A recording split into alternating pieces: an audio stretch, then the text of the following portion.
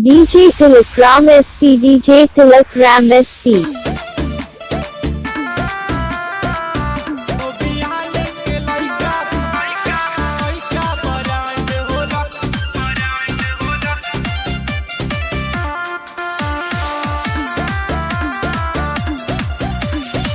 गजब के बातें बाबू DJ Tilak Ram SP DJ Tilak Ram SP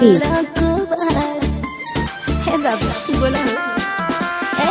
गजब के बातें बाबू फिटनेस तोहार शादी भइल बाकी बड़ा कुवार जिला जवर में तोहरे नाम होला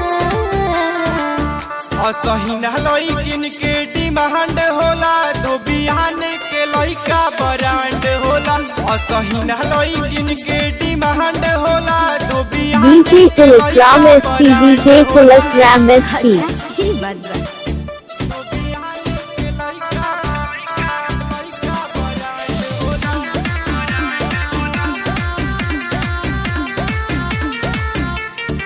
लगेला अच्छा दिलवा सच्चा बोलिया मन के हाँ हाँ भावे हाँ तोरा जैसन कितना लड़की हमरा पीछे रोज आवे सुनो लगेला DJ Tilak Ram SP DJ Tilak Ram SP मन के हाँ हाँ भावे तोरा जैसन कितना लड़की रोजो पीछे हमरा आवे तोहरे से हमार शुरुआत होला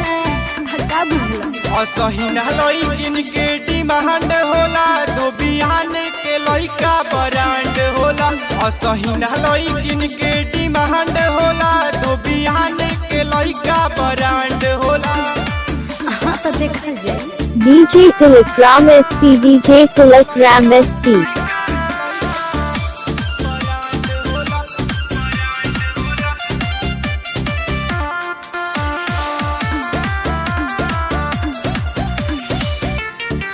बस परान हव जान तोहर पे दिलवा मरे सुनय सोना चल कोना हई कनौजिया लाइक ना करे बस परान हव जान DJ Tilak Ram SP DJ Tilak Ram SP सुनय सोना चल कोना हई कनौजिया लाइक ना करे विकास रीत से दीवाना तोरा नाम होला असहिना लइकिन के डिमांड होला दो बिहान के लइका ब्रांड होला असहिना लइकिन के डिमांड